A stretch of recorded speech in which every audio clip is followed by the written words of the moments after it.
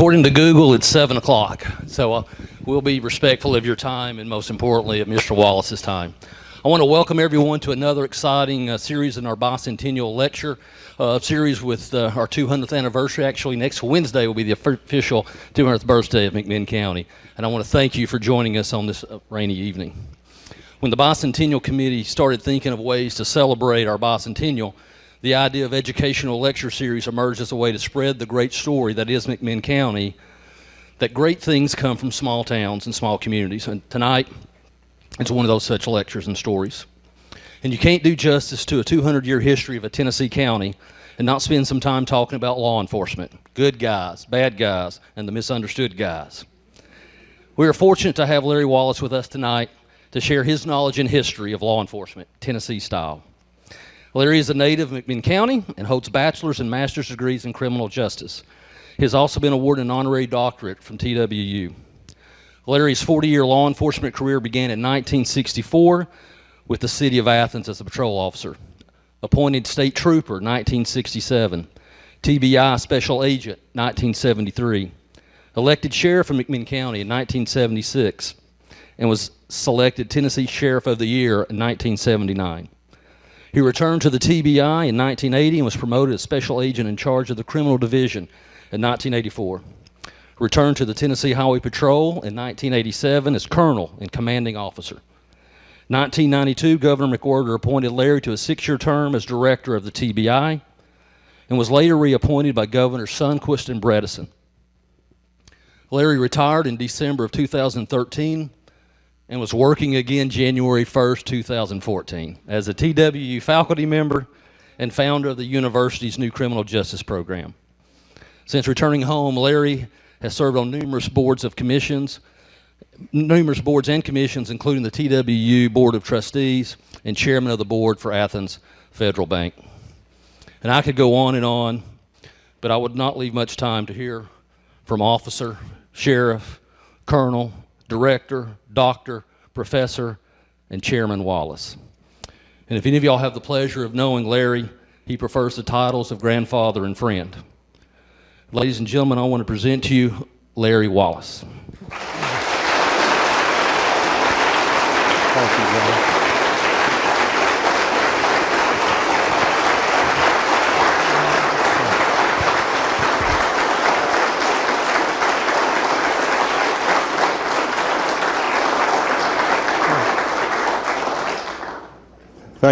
Thank you very much, Mayor. I guess I better get a little forgiveness before we go too far. First of all, I apologize for the 40-year-old picture. The picture's a little bit old. and the second thing, I hope you'll join me and say a prayer that my constant friend for the last 6.5 years, Mr. Parkinson, will take a nap while I'm up here for a little while. So please bear with me. I'm going to jump around here, and there's no telling what I'm going to say. So, General, have mercy on me. But it reminded me of a real quick story. And let me tell you one thing before I forget it. We'll talk along here for a while, and I'd like everybody, if you would, to hold your questions.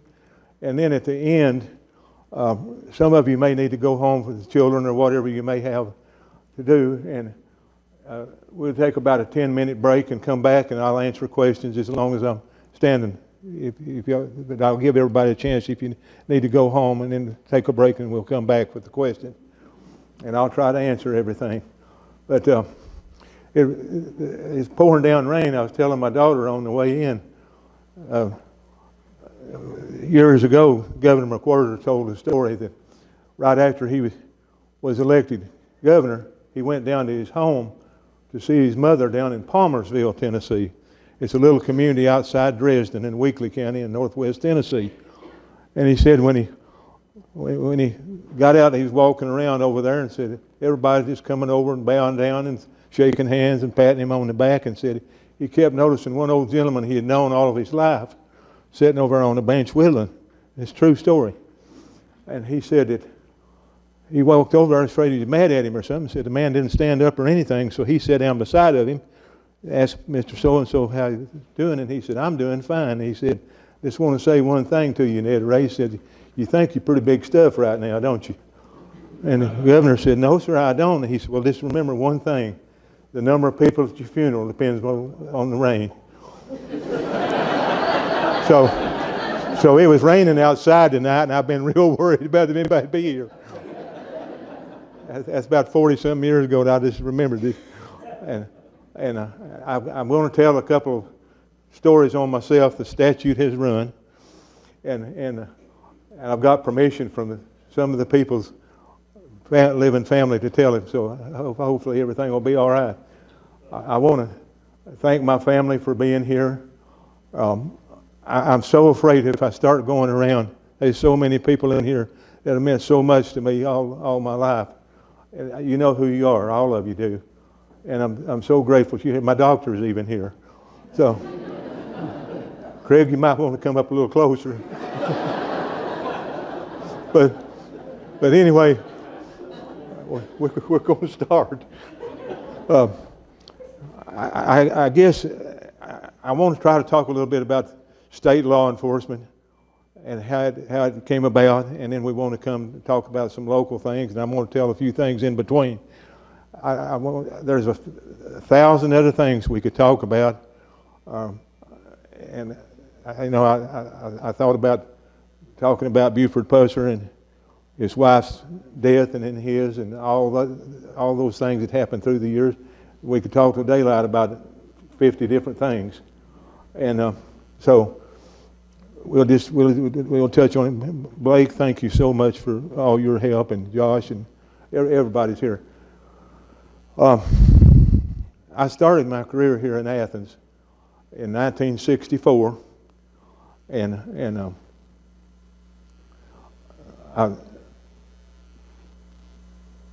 the downtown was thriving, and we didn't have any shopping centers. And the bus station was open all night, the spur service station, a couple of markets, the hotel, everything was open. And so we didn't have handheld radios. And Ray Johnson, the chief of police, had hired me. Brooke is his grandson. I don't know if Brooke's here tonight or not, but gave me a key to a call box on the side of the Strand Theater. And it was a Jolly Cab stand. He said, if you can make it up that far, call the jail and we'll send you some help. And he said, if you can't go that far, he said, go to the bus station or the spur station. He said, somebody will be to help you as soon as they can. I thought, that's nice. And I never had a gun in my hand in my life. Ed Morrow, the assistant chief of police, sold me a .38 for $25, and he threw 6 shells in it with it. And so that's how I went to work one night, and the amazing amount of training, and I'm sure the public felt really well knowing I was on the job. I was 6 feet 4 inches and weighed 141 pounds with my gun on. And so I could tell you a bunch of stories about all that, but I won't. Anyway, 1964 is the year that the Civil Rights Act was passed. It was a momentous year. We had a lot of civil unrest in the country. We had a lot of union unrest. The Vietnam War was starting to rage, and it was some ugly times. A lot of drugs came out that were new to everybody.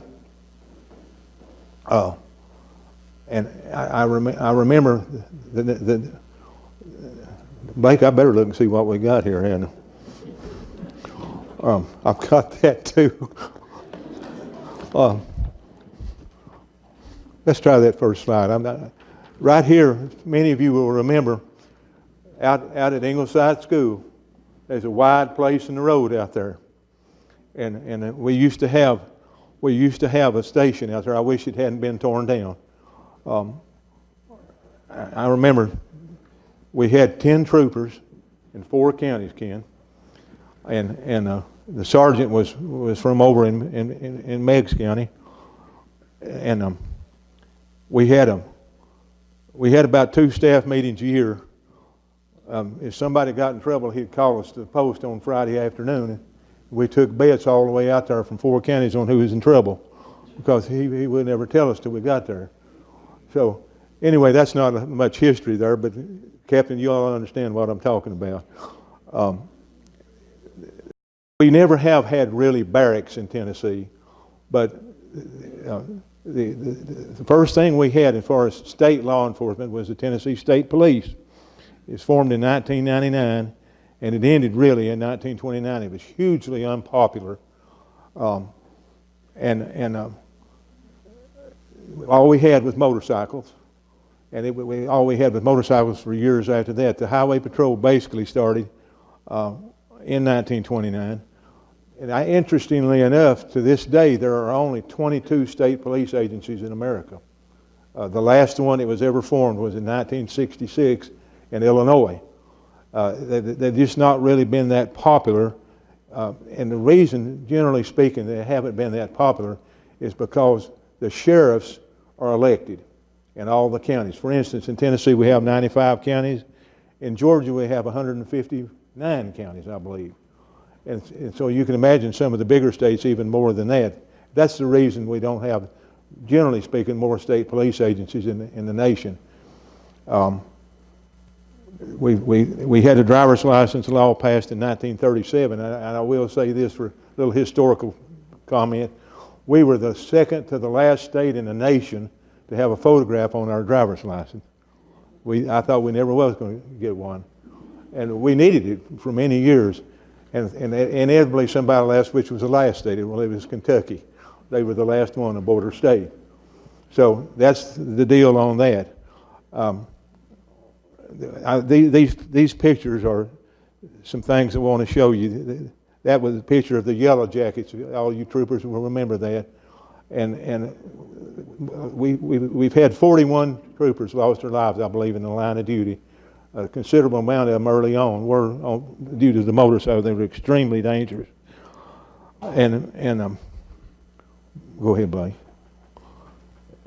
I'm just showing you a few little historical things. Right here is 1965, and it's Commissioner Greg O'Rear. That's the man that hired me when I was appointed me. A lot of you older folks. These are the first 3 African American state troopers in Tennessee history. 1965. The second one from the left. The second one from the left's name is Claude Johnson. Claude is still living. He lives down in Shelby County. He actually retired as an assistant director with the TBI. And Claude is the only one that survived the first few years. It was really tough. Now, by the way, the commissioner sitting there, you wonder why he's not standing up beside his men. The reason he's not standing up is because he was almost 6 feet 10 inches tall, and he weighed about 400 pounds. And believe me, we knew he was there. I remember when Governor Ellington came in the last time, Commissioner O'Rear came around, we had a meeting in the squad room down in Chattanooga. The captain at that time told us not to open our mouth. Said, don't say a word. Said, the commissioner doesn't want to hear it. Said, he just wants to come by and see us and go on. We had a trooper up on Mount Eagle that went on the same time I did. I won't call any names here. Raised his right hand, asked for permission to speak to Commissioner O'Rear. Well, everybody just cringed, and the commissioner just looked at him and pointed and nodded his head, and he said, Commissioner, said, it gets awful lonely up on Mount Eagle Mountain late at night. I said, is there any way we can have transistor radios in those patrol cars? Well, Commissioner O'Rear's not answered it yet. We didn't get them. We didn't have screens in the cars. We didn't have 4-door cars. We didn't have air conditioning in the cars. They were 2-door. We wore long sleeve shirts all summer, and we had two-door straight shift transmissions. But we were proud to be state troopers. We were very proud, and I'm proud to this day. I'll never forget those years, and I'll never forget y'all. If I could have just a moment, Captain, would you stand up just a minute, please? Captain's been on how long, sir? 32 years. 32 years. I pinned his badge on him. I sure did, and thank you, Jeff. I'm very proud of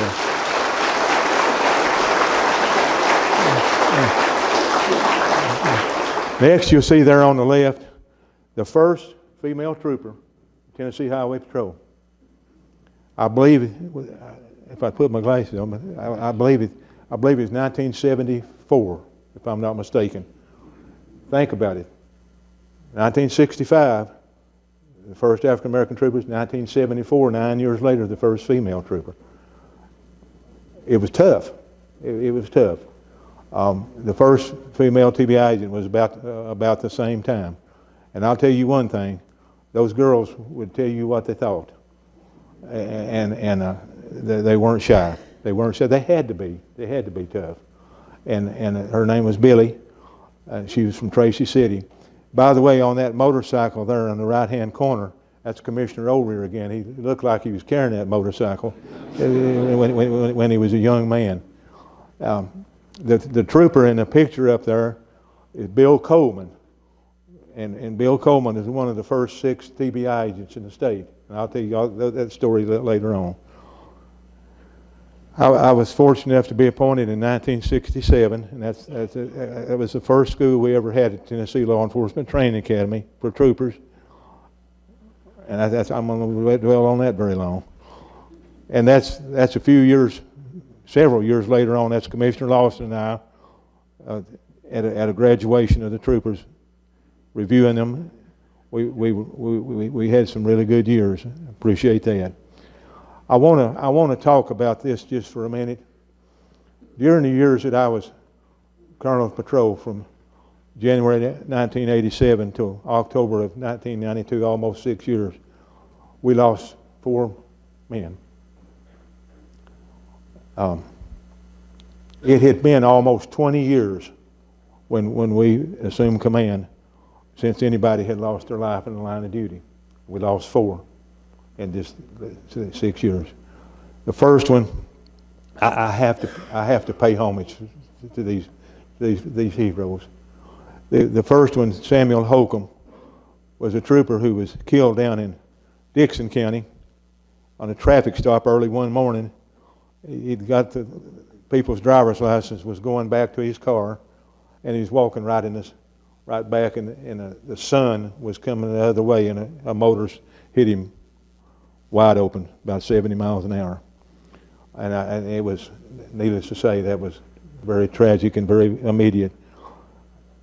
Something I'll always remember about that, we were at his funeral 3 days later, and I looked up, sitting there at the funeral home, and they had the family come up, and I saw him walking down the aisle.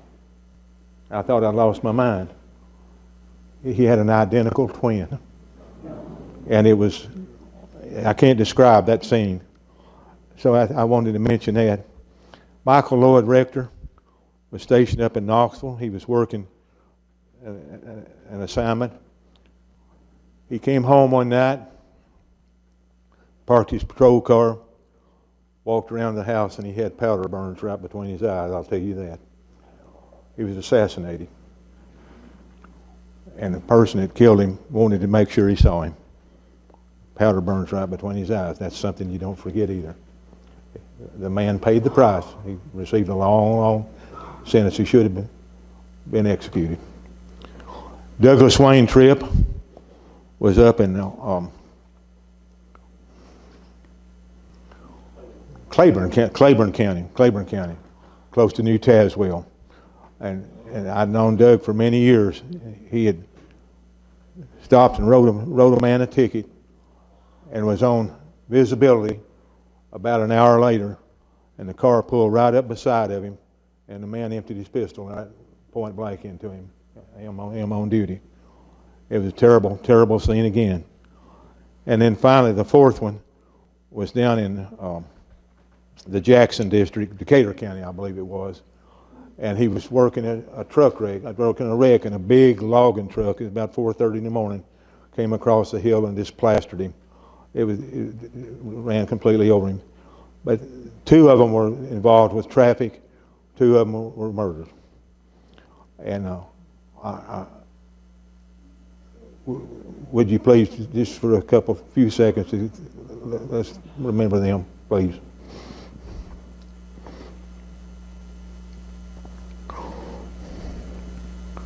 Thank you. I think I know what's next, but go ahead and put it on there. Nope. Let's see. Let me just say this. We might not, any foul up, it's my fault. Because Blake tried his best and asked me to get everything together, and any foul up, I'll own it. So, but there's a picture of a trooper's car just a few months ago. Is it on there anywhere? Blake? Try it and see what happens next. No. You can't skip it, can you? That's all right. Ladies and gentlemen, it's a picture that was just taken a few months ago where a trooper's car was rear-ended when people were driving and should have yielded to the other side. We've had several things happen through the years. This trooper lived, and it's amazing that he did. But I just want to say this, and I may have some disagreement from people. We all have our opinions, of course, but I worked just about everything that could be worked in my 40 years.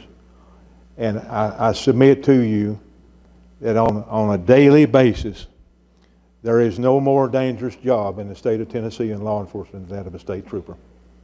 The most dangerous of all. Because generally rural, generally by yourself, out there all hours of the night, by yourself. I remember back at the beginning, we were by ourselves, and some of us put 3 rear view mirrors across the front of our cars that we could see. 3 rear view mirrors sitting in the back seat and around us. We had airplane landing lights for spotlights, and you put them horizontal like that, so you blinded the car. You thought they couldn't see behind them. You put your cap, we didn't have hats back then, you put your cap over the driver's side of the back. You did everything you could because you were by yourself. There was nobody around anywhere.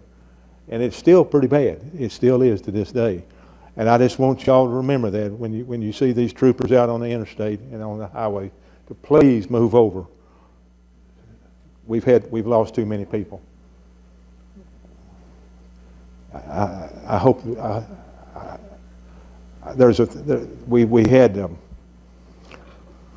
had a lot of civil unrest. We had, as I said, a lot of things. We went to Brushy Mountain Prison in 1971. Some of us were in guard towers.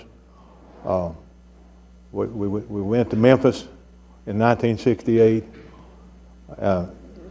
Most everybody was on a plane that was about 30 years old. We had about half the highway patrol on it on our way down there after Dr. King's assassination. And there's 1,000 things I could tell you, but the troopers have been there when they needed to be. And my hat is off to you. I love every one of you, and I want you to know that. I want to talk about the TBI a little bit. We didn't have a state investigative agency. And in 1949, there was a murder that occurred up in Greene County, a sawmill operator that was with his family on a Saturday night, cold, and they were trying to listen to the Grand Ole Opry on a transistor radio, and it's pouring down rain, and a man by the name of John M. Jones was the publisher of the Greenville Sun, and he was one of the top people in the Tennessee Press Association. And it was a tragedy that happened out there. And there's 2 or 3 tapes. I picked the one that I thought would explain it the best, and so I'm gonna play it so that you all will understand kind of the initiation of this, Blake, if you will.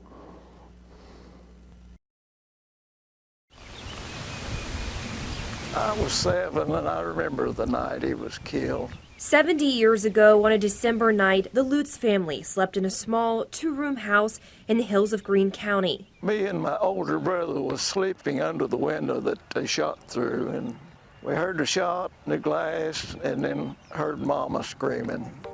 Their father, J.T. Lutz, had been killed, his pregnant wife in bed beside him. He was set to give evidence in a state theft case.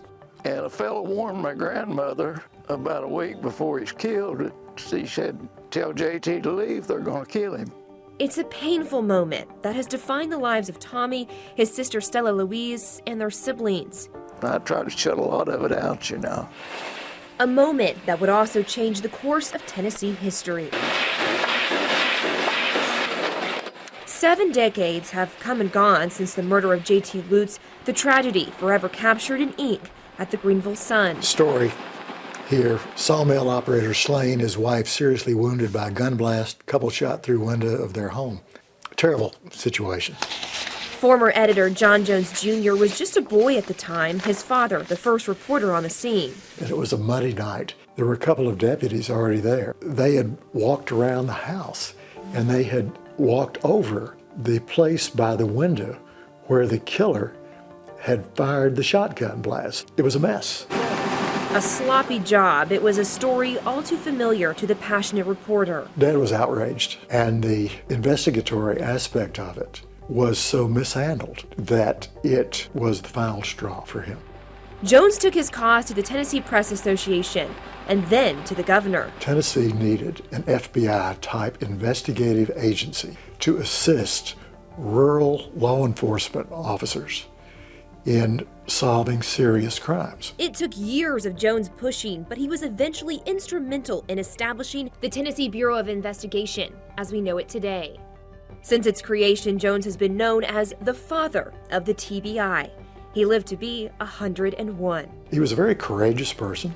If he felt that something was the right thing to do, he basically would plunge ahead and do it. For years, it's flourished, helping victims of crimes like the Lutzes have a better chance at justice. As a result of the tragedy that they encountered and went through and the scars that it left for life, at the same time, their family was so instrumental in helping other families across the state.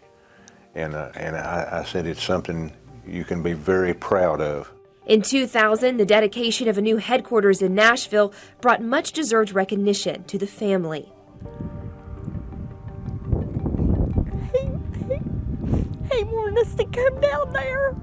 We toured the building, and then he gave us all a pen, and then they gave us a plaque. The Lutz children all grew up to live normal, good lives. Some still call Greene County home. They're an impressive family. They're a good family, and this shouldn't have happened to them.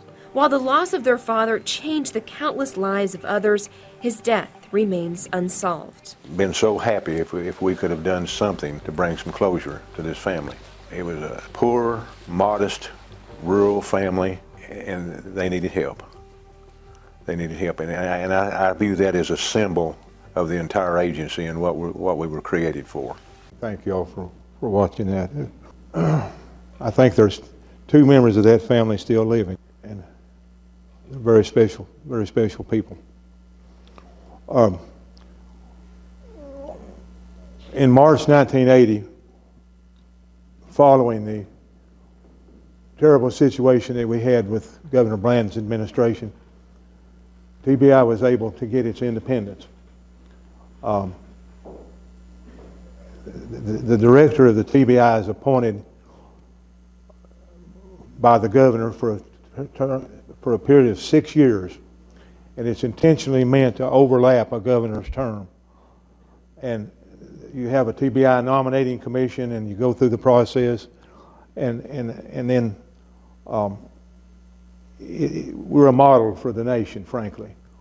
And it's something that we never in the Bureau need to take for granted, because we have so much more latitude and discretion than most of the agencies in the nation. But it's something that we have to be extremely careful of, not to violate the trust that's been put in us. And it really meant a lot to me, and it really makes you careful. Try to be careful anyway. I always try to be careful. I try to do the right thing. We can talk all night about it, but that's what it's all about, is the right thing, no matter how popular or unpopular it is. Do what is right. And so I was able to serve 3 governors in that position. And so in 1993, well, one of the first things we did, we didn't have proper crime scene investigation resources, and we used some asset forfeiture funds, and I let the forensic scientists let them design the trucks, the crime scene trucks, and they did it themselves. And then there was a company that built ambulances down in Shelbyville that built them for us on chassis. And so since that time, the agents, forensic scientists, on the worst of the worst, maybe 40, 50 times a year, we have one in each of the grand divisions, they come off the bench and they investigate it themselves, the crime scenes. What it does, think about it, it gets you a little bit behind on some things, but at times, but it's done right. It's done right by the professionals. And it lets them see, those that have been working for years and years, see a human being wearing the clothing that comes in. See the human instead of just a pair of shoes or a tire tread or something. And they've worked some terrible, terrible situations. And they all tell me through the years that they've been better for it, because you can't ever lose you have to stay detached to a certain degree from a professional standpoint, but you can't ever lose your compassion for human beings. And if you do, you need to go home, So I wanted to share that with y'all. Really, really proud of those trucks and what they've been able to accomplish. And then in 1993, wanted to establish a unit that, you've heard of the FBI top 10 all of your life, and I wanted something for us in Tennessee that was indigenous to us. The crime, to get on this list, it had to be a very, very violent crime, high-profile crime. And so the crime had to have occurred in our state, and the person could be perhaps never arrested. Maybe they were arrested pending trial and escaped, or maybe they were convicted in a state prison and escaped. But it had to be, there were 10 of them, and each grand division had to have 3, a minimum of 3, so the entire state was represented. Since 1993, there's been almost 500 people captured as a result of that. 25, almost 30 states, I believe, and Canada, and so in Mexico. So it's something that we felt very strongly about, and it's something that it's worked out really good, and they continue to do it. We got our international accreditation in 1994 in the criminal division, and also in the forensic division, and we've kept the accreditation all these years. THP has it, and I'm very proud of our state agencies for being able to do that. What it does, a lot of people might think it's just a bunch of whatever, but it makes you accountable. It makes the agencies accountable for their actions, and it's very, very important.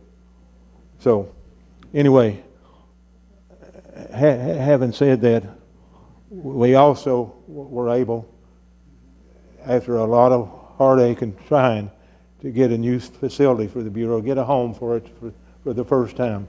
I wanted to do it with THP so bad prior to that, but I was just unable to do it. But we're very proud of the headquarters, and we've got new headquarters. It was a stereotype from the first one up at Strawberry Plains now. It's a mini model of it, and we have one down in Memphis.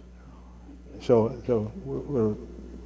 we needed those things, not for show, but for having the ability to do what was needed to be done.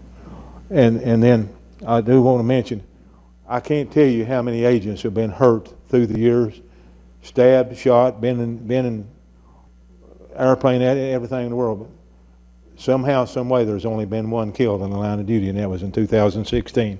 Was shot to death in an undercover drug investigation down in West Tennessee around Jackson, and it was tough. So I wanted to share those things with you. And if you don't mind, every time I mention these fallen heroes, I want to take just a minute, if you will. Give us just a minute for this one.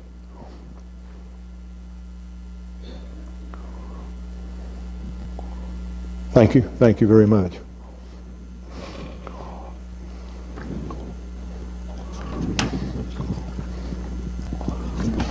Oh Lord, you can just skip on over that one. I was the seventh out of 9 so far since 1951, and I think that's where that picture came from. I think it was play Go Ahead Fast. As I stated earlier, we talked about the Civil Rights Act in 1964.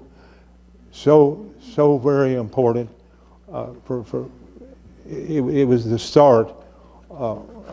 It was the start of what eventually led to the next slide. I want to talk about the assassination of Reverend Martin Luther King.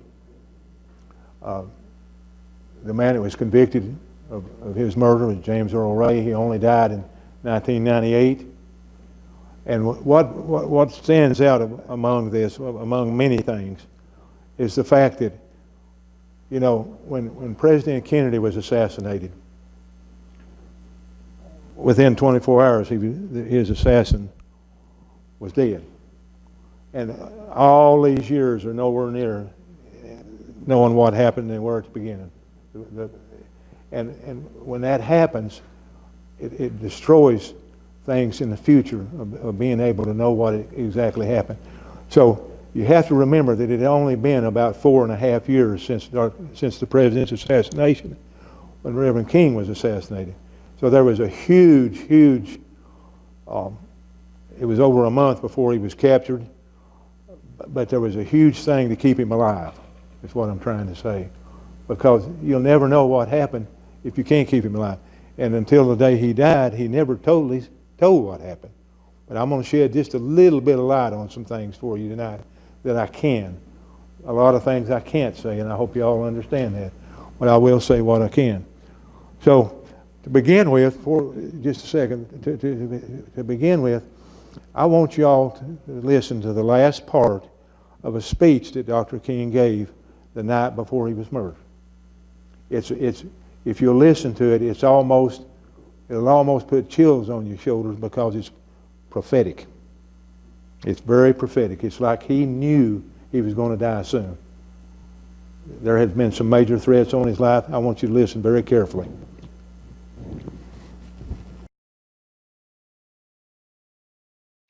Well, I don't know what will happen now.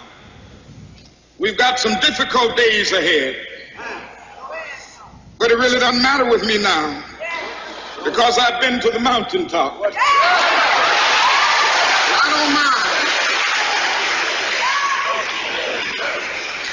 Like anybody, I would like to live a long life. Longevity has its place. But I'm not concerned about that now. I just want to do God's will. And he's allowed me to go up to the mountain. And I've looked over and I've seen the promised land. I may not get there with you, but I want you to know tonight that we as a people will get to the promised land.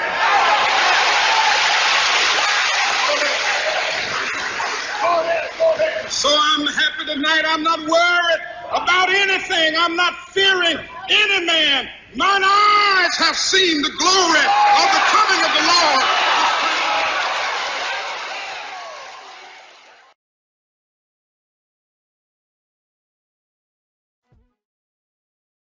On April 4, 1968, at 6:01 p.m., James Earl Ray, a white drifter and petty criminal, raised a bathroom window at the rear of the Bessie Brewer's rooming house on South Main Street in Memphis, Tennessee, and aimed a Remington Model 760 rifle across the street at the Lorraine Motel. When he saw Dr. Martin Luther King Jr. step onto the balcony of room 306, he pulled the trigger. A fraction of a second later, a single .30 caliber bullet from his weapon struck the civil rights leader in the head. At 7:05 p.m., doctors at St. Joseph's Hospital pronounced Dr. King dead. He was only 39 years old.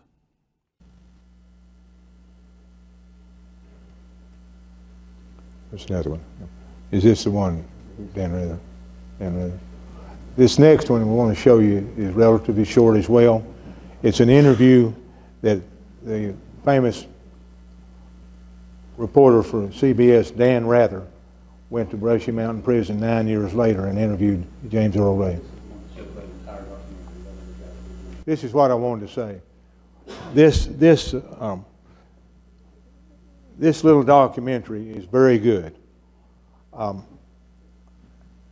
The narrator is not exactly who would like to see narrating. I don't know who he is, but I mean he's fine, but he's just not the right person for this narration. As people say sometimes, it's just not quite a fit. So bear with me, but what's in there is very important. Now, let me say one thing. Those of you, and many of you in here, love guns. And I want to tell you how difficult a shot this was. Barry, it was only 205 feet in a downward trajectory from that bathroom window of that flop house to the hotel where he was standing. 205 feet is not much with a Redfield scope. It's really a very easy shot. He only fired one shot. So we'll watch this, and hopefully y'all will get the gist of what the interview is about.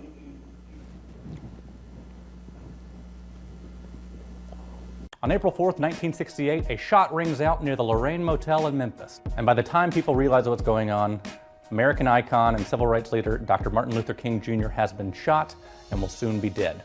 The killing sets off a months-long manhunt spanning multiple countries searching for this man, an escaped convict, a career criminal, a con man, and an amateur porn director named James Earl Ray. In his book, Hellhound on His Trail, Hampton Sides explores the bizarre behavior of James Earl Ray leading up to and following the assassination of Dr. King.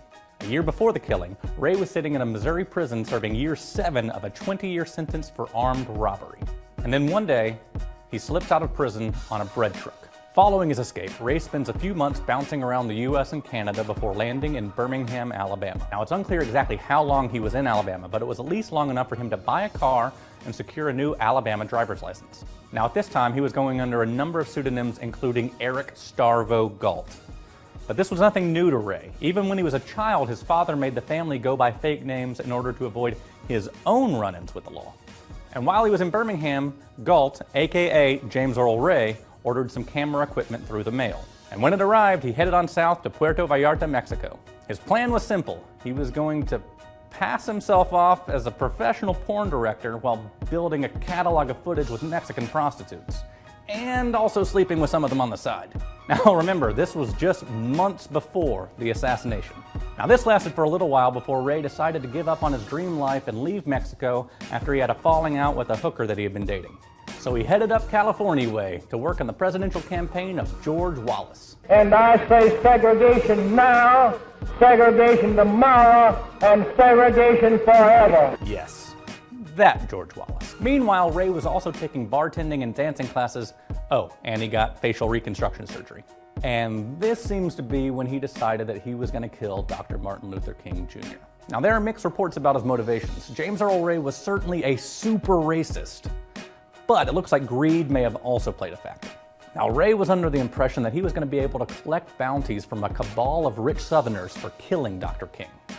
And he also assumed that a white man would never be convicted for killing a black man in the South in the 1960s. I wonder where he got that idea. And even if he were convicted, he assumed that when Wallace inevitably became president, he would pardon Ray not only for the assassination, but all his other past legal troubles. And keep in mind, he's still an escaped convict. Oh, and just for good measure, he also apparently thought that the assassination would get him in good with the African nation of Rhodesia, a country that is now Zimbabwe. At the time, that country was ruled by a white minority, and Ray had designs to become a mercenary in Africa. So he traveled on south to Atlanta, where he stalked Dr. King, eventually making his way back over to Birmingham, where he purchased a rifle and a scope. He eventually followed Dr. King up in Memphis, where Dr. King was organizing a march in the Poor People's Campaign. And that is where James Earl Ray took that fatal shot from the bathroom window of a rooming house across the street from the Lorraine Motel. Now, because the police arrived on the scene pretty quickly, Ray was forced to leave a bundle containing his rifle and all his belongings on the street near the rooming house. Turns out the police had been tracking King's activities through Memphis and were already basically there. Ray flees to Canada, which is apparently way too trusting in 1968 because he's able to get himself a birth certificate and a passport as Ramon Sneyd. He was basically financing his life at this point through a series of small stick-up jobs. Sneyd then flew to England and made a few attempts to hook up with mercenary groups throughout Europe, but with no luck. And one day, roughly 2 months after the assassination, during an attempted meeting with mercenaries, Ray's passport is flagged, and that was the end. Although he maintained to authorities that he was not this James Earl Ray character, but he was actually Ramon Sneyd. And then there's this one kind of weird story where he kept insisting to his own attorney that he was Ramon Sneyd. And his attorney was eventually like, okay, well that's great, but you're still gonna be here for a while. Is there anybody you want us to call? And he said, oh yeah, talk to my brother, Jerry Ray.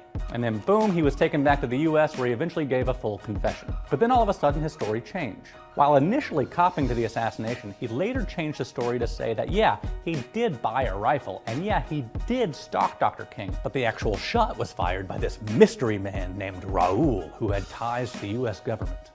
Now, no evidence was ever found of the existence of a Raoul, but we should note that there are some members of the King family that do believe this story because they believe the government was involved with the assassination. Now, the case was repeatedly opened over the next 30 years, and while it has been revealed that the FBI was tracking and monitoring Dr. King, the verdict has always been the same. James Earl Ray acted alone in the assassination. He was a lifelong con man who died behind bars in 1998. And that's the story of the escaped convict who killed one of America's greatest civil rights leaders. For Reckon, I'm John Hammondry. Hey, if you like these videos, please follow us on Facebook and Twitter, and subscribe to our newsletter by going to al.com/reckon.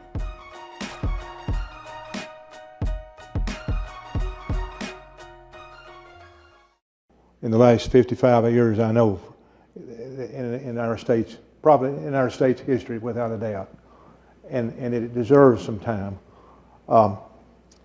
James Earl Ray went on from 1968 to 98 and never had a free moment, except 2 nights at Brushy Mountain Prison in 1977. I was your sheriff at the time, wanted to go up there, but I couldn't. But it was. He was the first. There were 6 of them that got out, and he was the first one over the wall, the first one, and just barely missed 2,000 votes. Just barely missed it, just very little being electrocuted. But I want to tell you a couple other things. In 1981, what's the next one, Blake? Real short. That short video. What about him? Go ahead and play that one.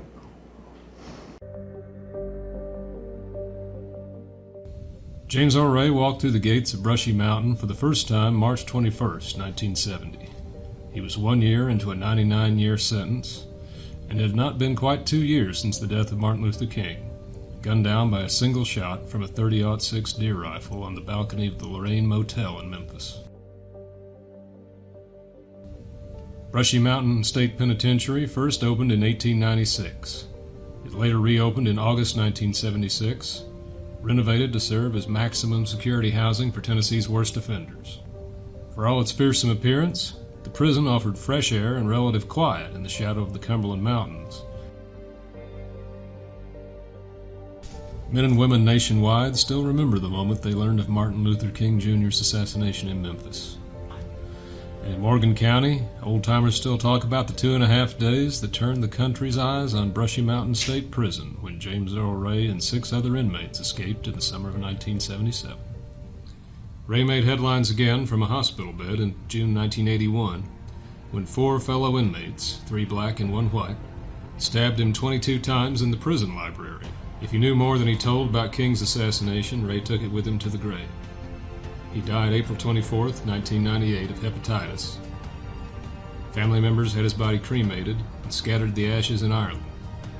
4,000 miles across the ocean from the Tennessee prison he could never quite escape.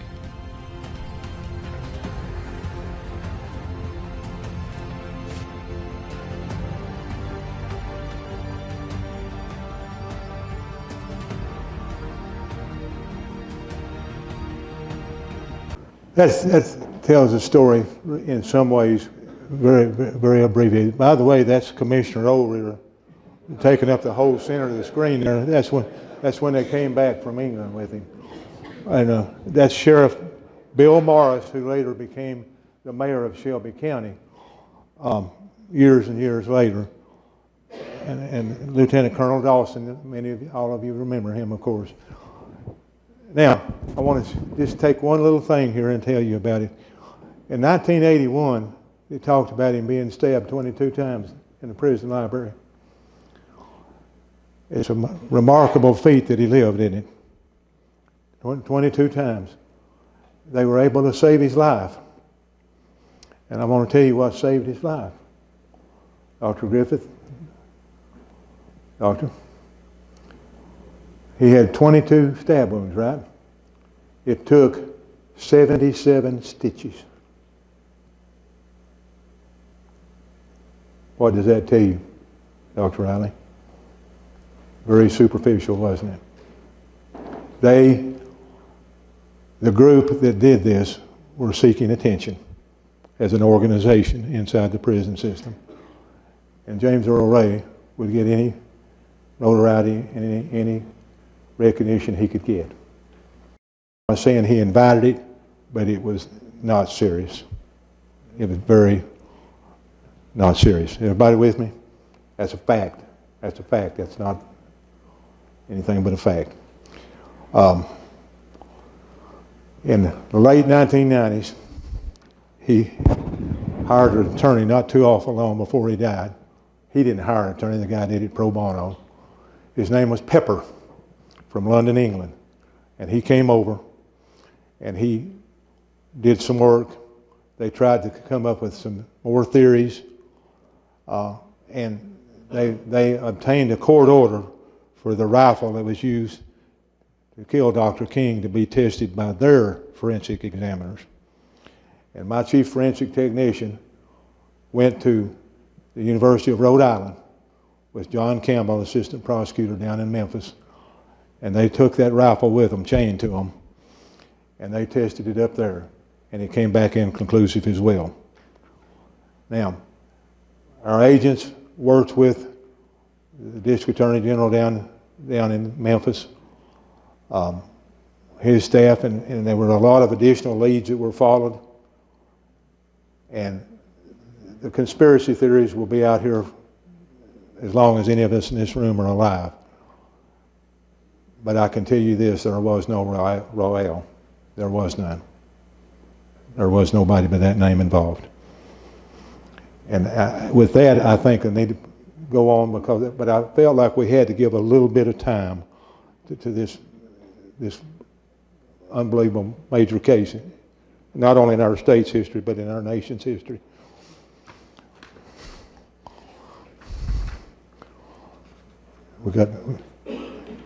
Okay.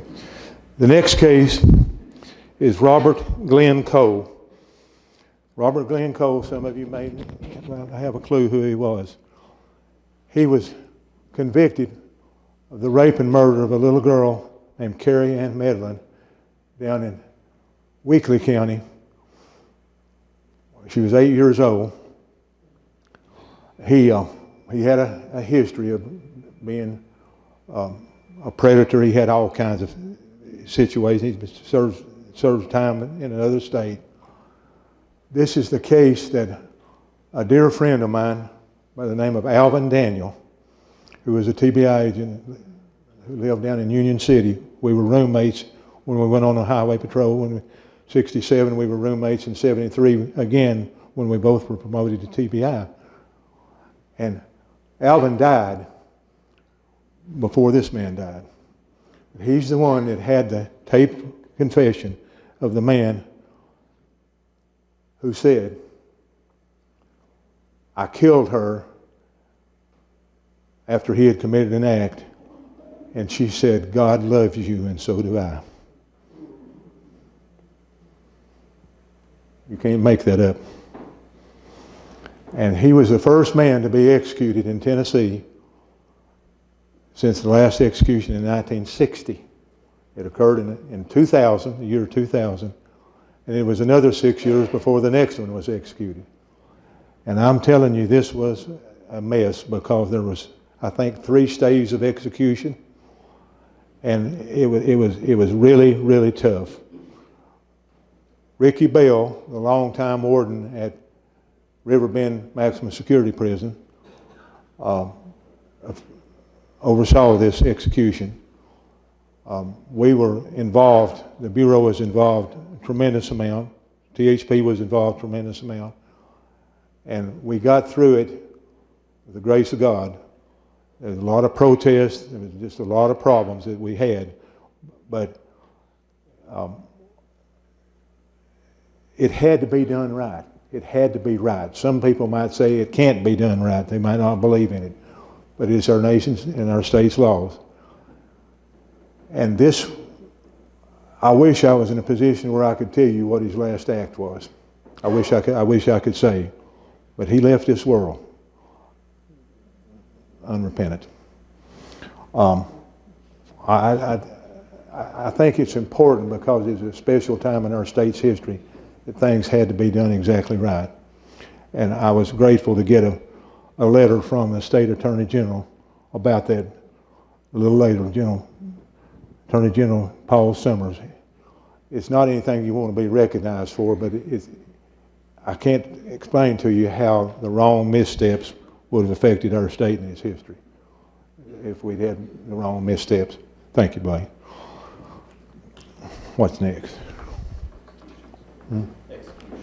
Yeah, the execution itself. These are a list of the people that have been executed in Tennessee since that happened in 2000. One of the ones that we were deeply involved in was the 4th one down, Darrell Holton. The crime occurred in Bedford County in Shelbyville. And I'm just going to briefly state this, but I just want y'all to understand the seriousness of these things, how very serious they are. Holton had 4 children. He and his wife had 4 children. 3 of them were his and his wife's. 1 was a stepchild from her previous marriage. They had a big fight before she went to work one morning. Of course, he wasn't working, naturally. The little one, a couple of little ones were at home, the other 2 were in school. He goes to the school, he gets them out, brings them home. He killed the oldest ones first, because they're the ones most likely to get away, right? When his wife came home from work that afternoon, those children were at the door coming in from the outside where she parked, like cordwood, 4 high. Their eyes were prized open where their eyes would be open. That bothered the forensic scientists that came to work the scene. It bothered everybody. It's things that those of us in law enforcement have seen that many people haven't through the years. This man, when it came time for him to be executed, not only asked, he demanded to be executed by the electric chair instead of lethal injection. He wanted it, and his attorney didn't fight it. And by the way, the first one, Cole, was executed by lethal injection. So I can tell you about 2 or 3 of these others down through there, but I won't do it. And I hope I haven't offended anybody. I just wanted to explain this just a little bit. Okay, Blake. This is the TBI Most Wanted Fugitive Program. I wanted to tell you this. I may get some bananas thrown at me here. I wanted this to be representative of our state. And you can't be representative of 10 people unless you have one woman on it. So we had one woman on the original list. And it had to be a bad one now, I'm telling you. It had to be bad. So we researched and we searched and we searched, and we found a situation that had happened. A lady had escaped over the wall at the Tennessee Women's Prison in Nashville. And she had been loose for 32 years. And it took us several years. We started the program in '93, and I think it was 2000, 2001 before she was captured. But I'm gonna let you see this one.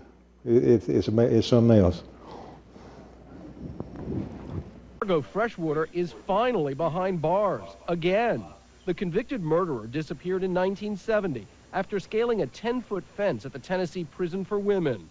Police tracked their fugitive, and last month, a tip led them to her hometown of Columbus, Ohio, where she was hiding in plain sight.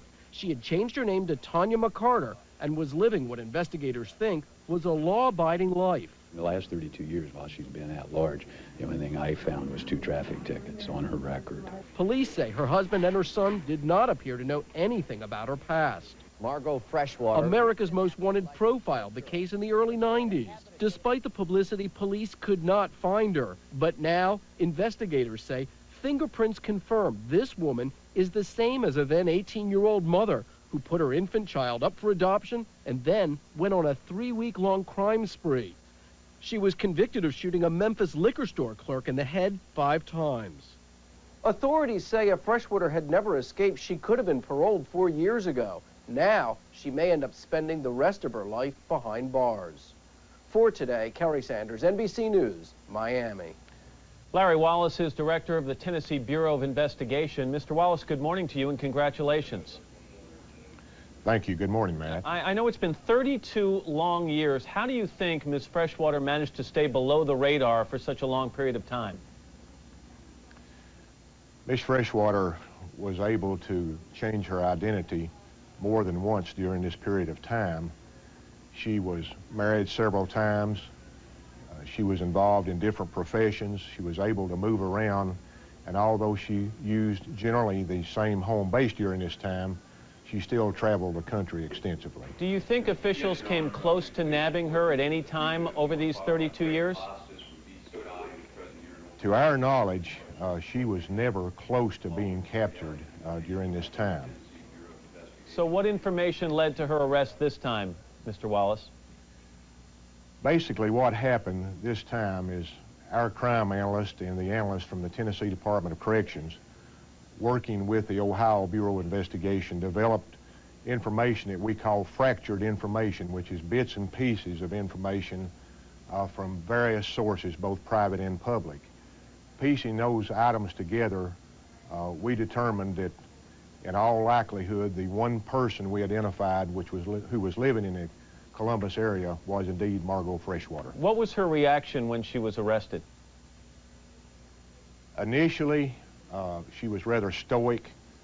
She then became emotional when asking to visit with her family a moment. And it was only after the fingerprints were identified as being a match that she later confessed to indeed being Margot Freshwater. You mentioned Columbus, Ohio. This basically is where she lived for years. She had family members living in that town. I guess in some ways it's the last place you'd expect to find her. Absolutely. It's been our experience through the years that individuals who start a new life with new identities try to get as far away from family and normal circumstances as possible.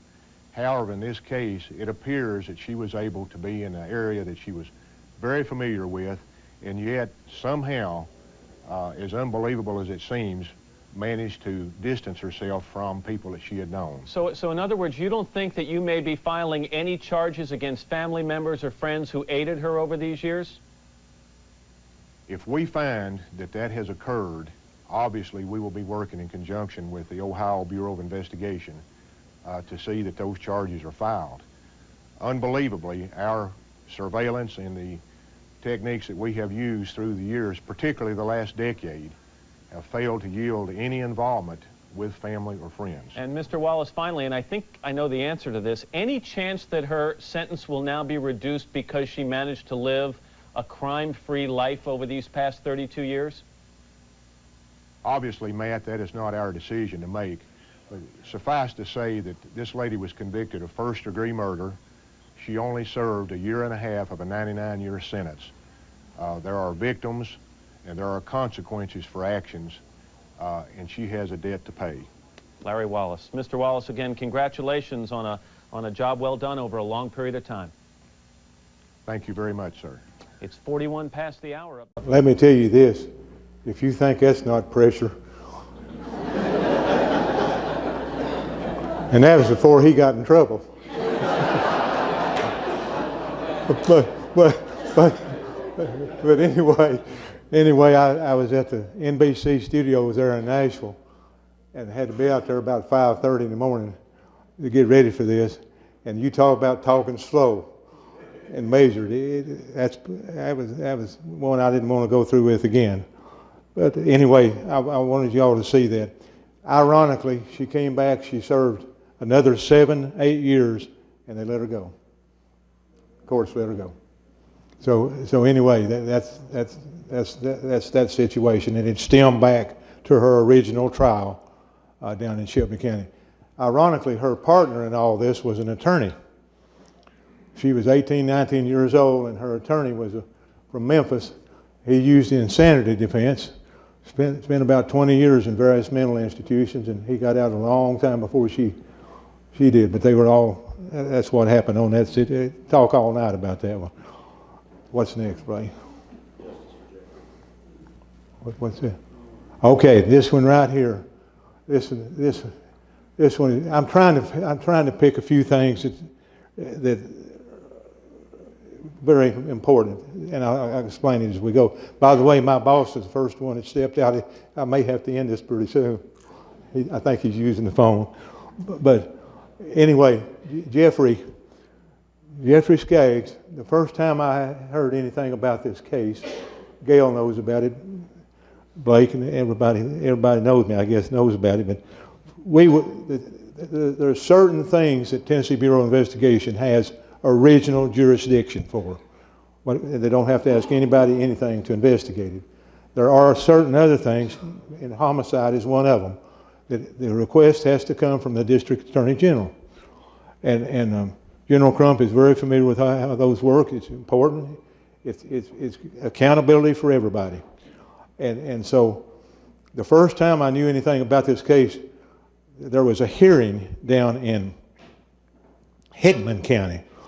And the state medical examiner, not state medical examiner, but the state commissioner of health, Dr. Frida Wadley, asked me to go down there with her and to watch these proceedings. They were trying to get this little boy exhumed for a second autopsy. It had been ruled an accidental death. And you'll see before these two tapes are over with how accidental it was. But it took us 18 years. We never quit. And General Brent Cooper, who is the current District Attorney General down in the Columbia area, is my hero. When he came in office, he stuck with us, and he worked it. We finally got an indictment recently. I wish I could had time to explain all this stuff to you. I'll just say this very quickly. We border 8 states, and all the hospitals around Memphis, Chattanooga, all around. The part of the states that border us are rural, and they come to us. There's about 6 counties down in south of Columbia down on the Alabama, over in through there, that, for instance, I was stationed in Fayetteville, Tennessee, 40 years ago. It's only 10 miles to Huntsville, Alabama. It's just a suburb almost. So that particular time, instead of coming to Nashville to Vanderbilt, they flew this little boy, baby, down south to Huntsville, Alabama. That's the reason he was out of state. That's just very abbreviated, but I want you all to understand that, so go ahead and play that. It's a case that has been tracked by News Channel 5 Investigates for more than a decade, and tonight, a major breakthrough. Murder charges have now come down in the case of a toddler's death that was initially ruled an accident. News Channel 5's Jason Lamb is bringing us up to speed on this big development tonight. Jeffrey Kelton Skaggs was only 15 months old when he died in 2001 in what was originally ruled by a medical examiner as a fall from climbing on a chest near his bed. That medical examiner, Charles Harlan, later lost his medical license for incompetence. Murray County District Attorney General Brent Cooper reopened the case when he was elected, exhuming the boy's body for another autopsy. Last year, his death was finally ruled a homicide. The new autopsy did confirm that Kelton died by blunt force trauma to the head. And this week came the indictment from a grand jury that Cooper says had been missing all this time. They returned a two-count indictment against Christopher Goodwin for the murder of Jeffrey Kelton Skaggs, who was 15 months old. Goodwin was then the boyfriend of Kelton's mother, and they say they think Goodwin was responsible, even though Cooper admits they don't have a so-called smoking gun of what Kelton was killed with. What we do know, or what the proof we believe would show, is that Kelton was killed by blunt force trauma, a severe skull fracture to the lower rear portion of his skull, and that injury was non-accidental, and that the only person that could have caused that injury is Christopher Goodwin. Now, 18 years after Kelton's death, Cooper says justice will be served. I think what it says is that if there's any hope of achieving justice, then the pursuit of it is worthwhile. Jason Lamb, News Channel 5. Jason Watley, the attorney for Skaggs' mother, told News Channel 5 she has been fully cooperative with the DA's office in her quest to find justice for her son. Tonight, 17 years after the death of little Jeffrey Kelton Skaggs, the Murray County toddler's death has now been ruled a homicide. That's the result of a second autopsy, and it comes more than a decade after News Channel 5 chief investigative reporter Phil Williams first began raising questions about the death. And Phil, I know you've been on this story for so long, and it's got to feel a bit personal now, right? That's right. Jeffrey Kelton Skaggs was born just 4 months after my own son. So, I approached it sort of like a parent. His death was initially ruled an accident. Now, with these new autopsy results in hand, investigators are once again looking for justice for Jeffrey. Jeffrey Kelton Skaggs was just 15 months old when he died back in 2001. According to the story told by Jeffrey's mother and her boyfriend, the toddler fell while climbing on a chest and hit his head on the rail of the bed. Then, back in December, investigators exhumed his body for a second autopsy. Now that autopsy tells a different story. It found fractures on the backside of Jeffrey's skull that, quote, would have required considerable force to produce. It concludes the cause of death was multiple blunt force injuries, the manner of death, homicide, the circumstances, assaulted by others. But an exclusive News Channel 5 investigation put it comes almost 12 years after our exclusive investigation first began raising questions about the case. Jeffrey's death was originally ruled an accident by then medical examiner Dr. Charles Harlan, who later lost his license for incompetence. We had injuries that didn't match the stories, the multiple stories provided, the stories that changed over time. State medical examiner Dr. Bruce Levy questioned the findings. We felt it was never fully investigated. As did the former director of the Tennessee Bureau of Investigation, Larry Wallace, and the state board that oversees doctors' licenses came to the same conclusion. The child's actual manner of death was a result of non-accidental trauma. Meaning? Meaning that in the judgment of the authors of this article, it was a homicide. Murder. It was murder. News Channel 5 Investigates also obtained this photo showing that Jeffrey's right leg was in a cast at the time of his death. The family said it was the result of another fall. But when state officials asked the judge to exhume Jeffrey's body as part of an investigation of Harlan, District Attorney General Mike Bottoms, a longtime Harlan friend, refused to sign off on it. So what about this little boy? What if you're wrong, sir? Do you believe this was murder? I believe it was definitely not accidental. 4 years ago, Brent Cooper was elected DA to replace Mike Bottoms, and he reopened the investigation into Jeffrey's death. He even got the legislature to pass a law that clarified his ability to seek a second autopsy. I'm just the type of person that I just don't believe in letting someone just walk away from a crime if I believe they committed a crime.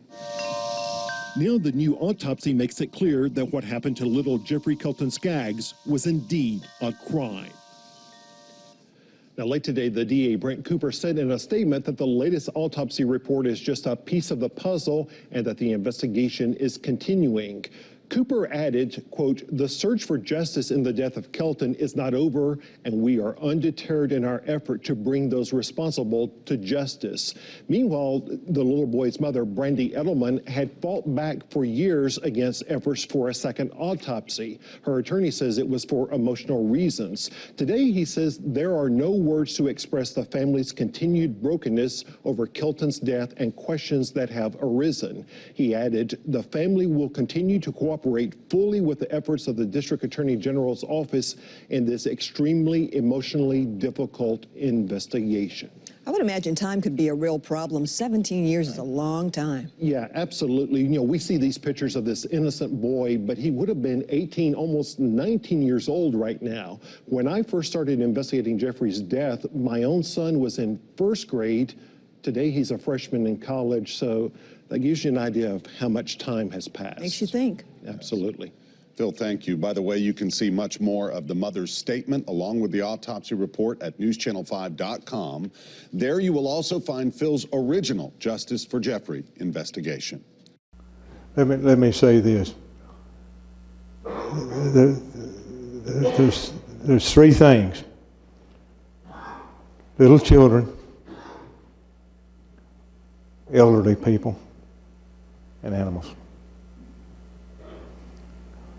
And there are, in every major cemetery in this state, in this nation, there are Jeffreys that somehow has been passed over because somebody didn't have time or didn't think it was serious enough or it was an accident. How in the world could a child with a full cast on their leg stand on a little edge of a dresser like that? Think about it. The medical in one of the clips, the pediatric neurosurgeon in Huntsville said that the damage that was done to that baby's skull would be equivalent to a fall out of a 2-story window instead of a carpeted floor. Facts. Thank you, Blake. What's next? Well, we're about yeah. Go ahead. In 1966, the court put an end to a practice that Hugo Black had seen and decried as a young prosecutor back in Birmingham in the 1920s.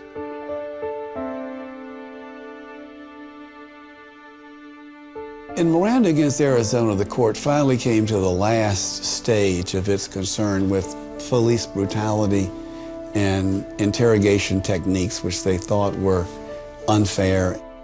And they did it in a fairly dramatic fashion. If you're going to admit a confession against the defendant at trial, you've got to show that he was warned that he had a right to remain silent. And more importantly, that he had a right to a lawyer if he wished one. And finally, that if he couldn't afford a lawyer, the state would pay for one. After the war in court, you cannot introduce illegally seized evidence into a trial. States can't do that. Previously, they could. After Gideon v. Wainwright, you have to have an attorney represent you in a trial. After Miranda, You cannot use a coerced confession in a trial to demonstrate guilt. That has to be excluded from a trial. So what you do is you move from a state-based criminal justice system to a criminal justice system that has to conform with nationally imposed rules. Let me tell you this. I came on in 1964 and I worked 3 years before the Miranda decision came down. Well, what I want to share with you is this. On the NBC Nightly News, the chief of police in Los Angeles, California said law enforcement has met its Armageddon today. And they bought the warnings in stacks of thousands. Officers all over the country stood over people that passed out on the street and read the card to them. It got everybody's attention, believe you me. But it's just something, a little sidebar that I wanted to show you there. It's very, very important, but it happened during those years, and I was able to work 3 years before that ever happened and see the changes. That's what I'm trying to show that came about, and many of y'all in here, I'm sure, did the same. What's next? Okay, I'm just going to move over this real quickly. Didn't have time for anything much about 911. There's a lot of things happen. One of the things that happened just a few days after 911, there was a Greyhound bus left Nashville going to Chattanooga and then on south to Atlanta. And there was a man on there from Serbia who got up out of his seat, went up and cut the bus driver's throat. And he immediately lost control there in Manchester and crashed in the median, and a number of people eventually died from that. And to tell you, just to explain things, how it happened, to give you an example, my command post was brought down from Nashville, and the head of the FBI's Knoxville division and I sat in the middle of the interstate and talked to the president of Serbia.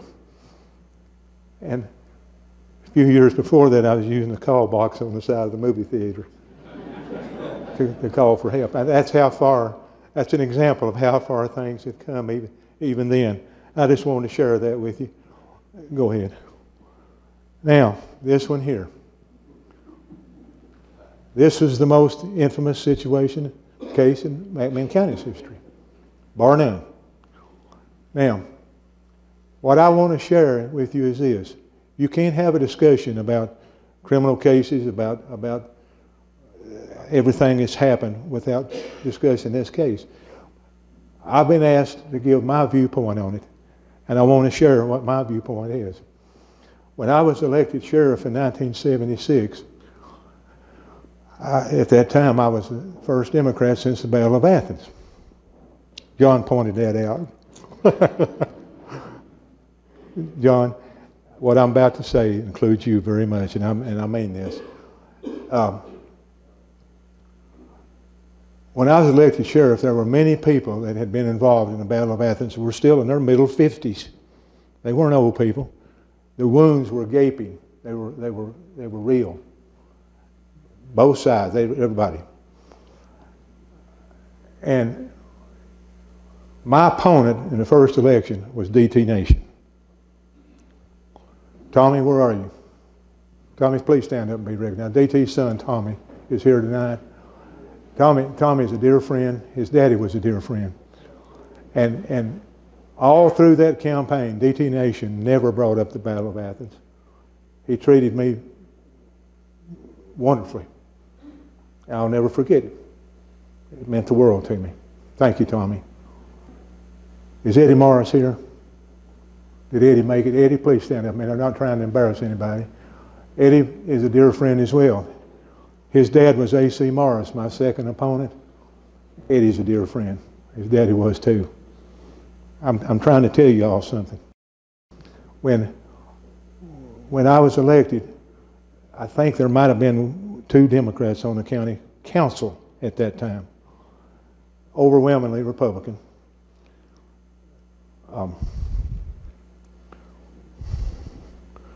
The chairman was Basil Nunley.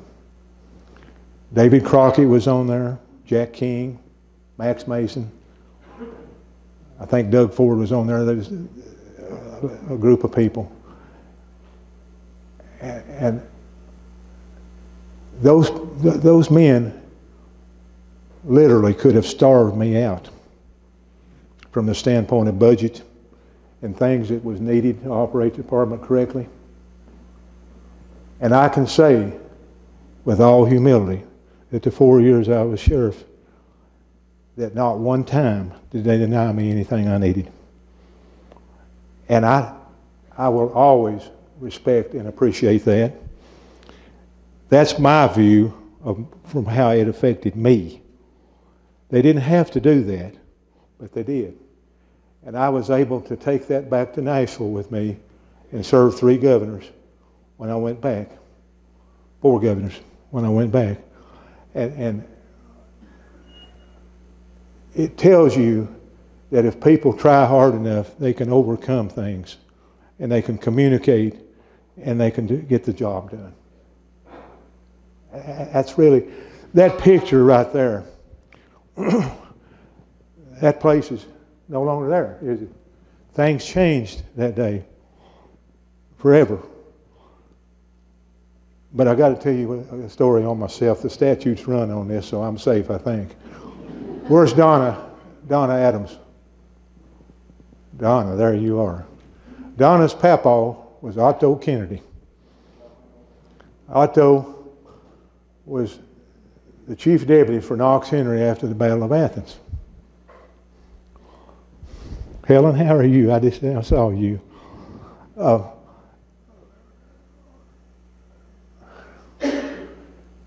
And by the way, is Jack here? Tim, if any of the families of those commissioners are here, please stand and be recognized. Tim, thank you so much. I understand Max just went in a nursing home just in the last few days, and he couldn't be here. And most of the rest of them are deceased, but I just wanted to mention that. When I was elected sheriff, the state set the salary. The state set the salary. I'm going to get in trouble for this, but I'm going to say it. The state set the salary for the sheriff based upon the population of the county. The criminal court judge set the salary for the deputies. And you had McMinn, Monroe, Polk, and Bradley County in this judicial district. So my deputies were making $50 a month less than the other 3 counties. And the sheriff had not run for re-election and had not asked for a raise, and so my people sure let me know that they were $50 short of everybody else. I went to Judge Jimmy Witt, the criminal court judge, who I might say is a very dear friend as long as he lived. And he said, "No, you're not getting it." And I said, "Why?" And he said, "Because the other 3 counties will want the same thing." I said, "Sir, but it's not fair. My men are making $50 less." He said, "I don't care. You're not getting it." Yes, sir.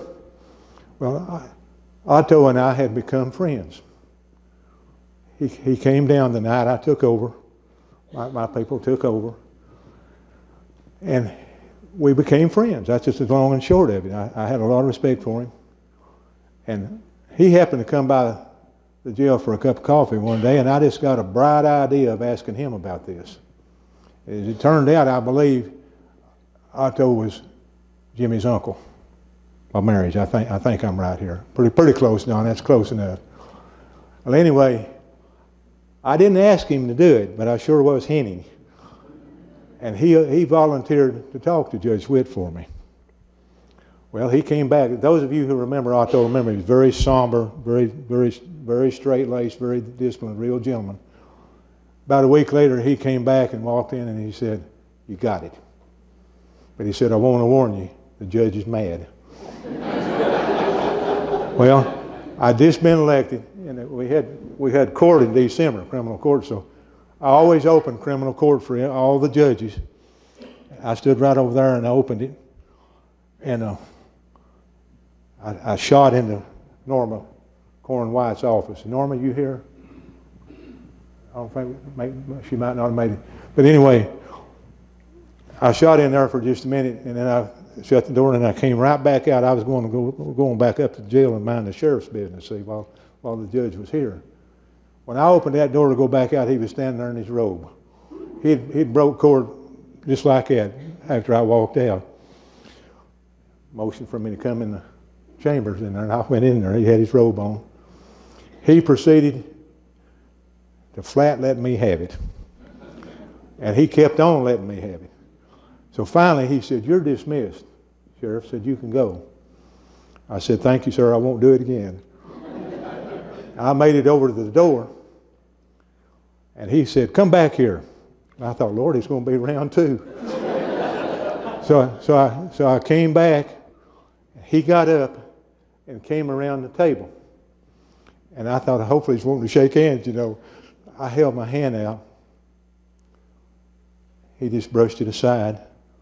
He walked on up to me and gave me a big hug. And he said, "Larry," I'm just telling you what he said. He said, "Larry, you may be the most popular sheriff we've ever had in McMinn County." But he said, "You're a damn Democrat." and I'm not going to make you look too good. I said, "Yes, sir, thank you." So that's my story, and I asked Donna for permission before I told it. But it is a pretty good story. And so anyway, having said all that, I was so grateful for those years, the people that I worked with, Democratic and Republican and Independent, and everybody. And I was able to take those experiences back to Nashville with me, and it's called communication. And if you can get along, if you can just talk to people and try to see their side of it a little bit, on every side, most of the time things work out if you'll try that extra mile. And so I just wanted to thank everybody for that and share that little experience with you. What's next, Blake? Militia Gibson. How many people remember that? A lot of you people will remember it. Militia was about 10 months old. Lived in Bradley County. Her mom and I grew up 2 houses apart, up close to Hiawassee Builder Supply. Big family, a lot of trouble, very, very dysfunctional situation. And Militia was about 10 months old. She was conceived by her mother during a breakup with her stepfather, Maddox, Ronald Maddox. And Militia was blamed by the stepfather for all the problems. Chancellor, you know exactly where I'm going with all these. Militia was blamed by the stepfather for all the problems he and his girlfriend at that time had. It was all that little girl's fault. I have a photograph at home, and I'll never show it to anybody. The little thing had over 100 cigarette burns on her little body. Over 100. And they served 11 months and 29 days in the Bradley County Jail for that. Child abuse was essentially a misdemeanor in those days. The judge, and he was a good man. I'm not being derogatory about him. He suffered greatly because of this. But put her in foster care. And for over nearly 3 years she was in foster care. Ronald and Wanda got married and were able to get the child back. Now there were other children in the home. But this little girl was the cause of all the problems that they had. And she lived a very short time. And it was Louisiana, those of you who might wonder what it was Louisiana hot sauce for 2 days. Terrible death. And just within a few hours, they were transferred up to McMinn County. And David was my chief deputy. We had them up here several months before the trial. Now keep in mind, the mother and I grew up 2 houses apart, so I knew the family, I knew all about them. So we had a trial. We had national coverage over it. There was a tremendous amount of coverage. partially because of that trial and the conviction and things that happened, CASA was started in the United States. All kinds of laws were passed, and both Ronald and Wanda died in prison. Interesting story. I could tell you 1,000 things about it, but talking to the wardens of the prisons where they were, just very interesting concepts of all the things that happened. Dr. Shelley Griffith, retired gynecologist, had been working for the DPA off and on for several years and has written some great columns. Shelley came to me and talked to me, and he was considering writing a series of articles about this case. And I know him. He's a very tender-hearted man, even though he might not let on like he is. And he got into this case, and I think he knew. I think he saw some things a lot of people had never seen in some of his interviews. He didn't write that series of articles. But on the eve of the 40th anniversary of Melicia's death, he wrote a short article. And it's very poignant, very important. I asked him to come tonight and read that short article to you.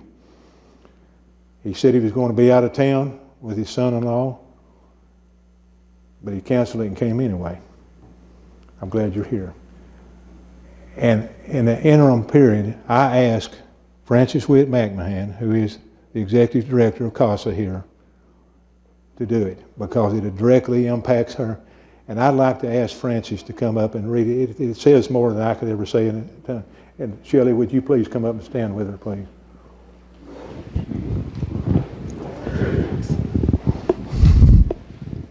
me get out of your way.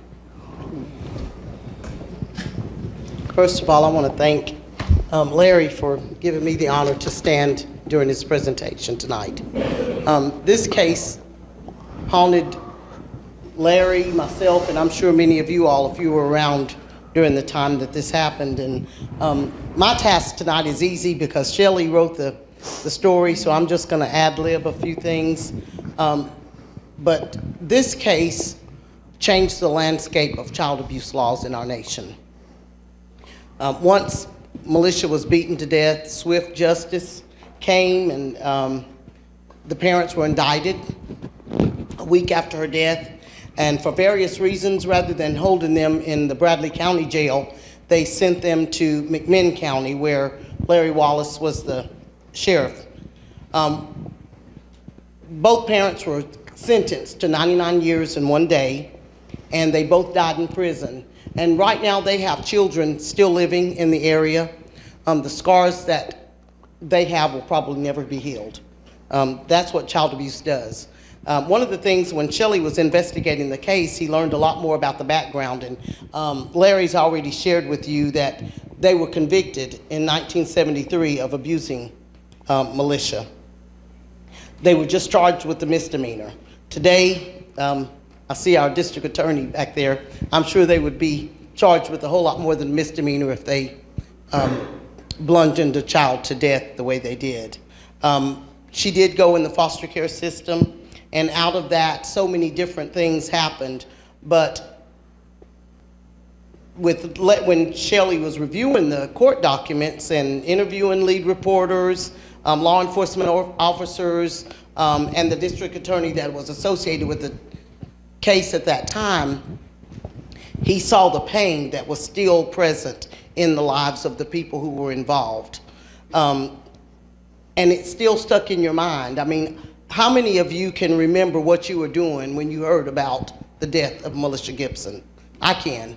I was a freshman in high school, and I think it's the reason that I work with CASA today, because it made an impression in my mind that children sometimes need someone outside of their own families to protect them and take care of them. And I'm looking at my judge who allows CASA to operate in his court.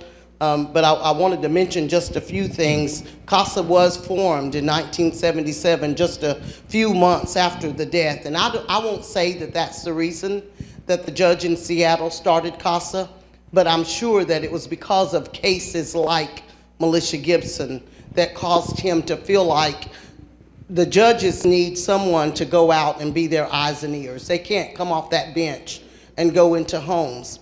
And had Militia had a CASA in 1973, how different could her outcome have been? I think about that, and it's very difficult for me a lot of times. Child abuse does not always start with torture. It's simple neglect sometimes. It's emotional abuse, psychological abuse. It's parents not making sure their children get an education and various things of that nature.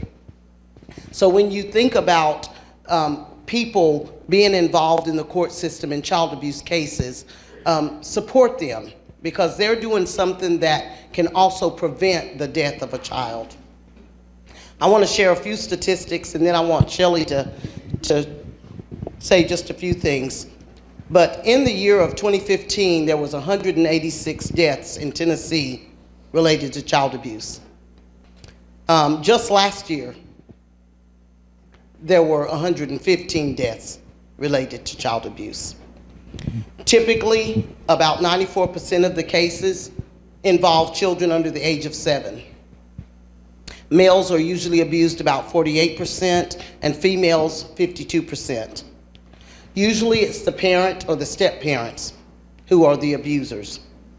And the ages of the abusers are usually in their 20s, low income level, poor education, and usually symptoms of depression. But the most remarkable thing that usually you find are most of the abusers have been abused themselves. And so I want to leave with you, if we can stop the cycle that perpetuates abuse in families for years and years to come. I remember when CASA started, Judge Watson at the time told me that he had the grandparents who were before him for abuse, and then he had their parents, and now he was seeing their children. And I'm sure that just the short time that Wiley's been judge, or Your Honorable Richardson has been our judge, I call him Wiley because he's my friend, but those cases are probably coming around and cycling. And so it's our responsibility to make sure those things don't happen. And I don't want to preach to you, but I'm really passionate about taking care of vulnerable children. And I want to ask Shelley to come up. Shelley served as a CASA advocate, and he still hangs around and lets me call him when I have a rough day or if I just need some advice on something. And he wrote the story, and I want him to come up and share some of the things that he learned in the investigation. Thank you, Francis. As Larry said, I had an assignment, I guess my first and largest assignment at the DPA. I had been writing a column, just what I consider fluff column, and had enjoyed doing that for a good while.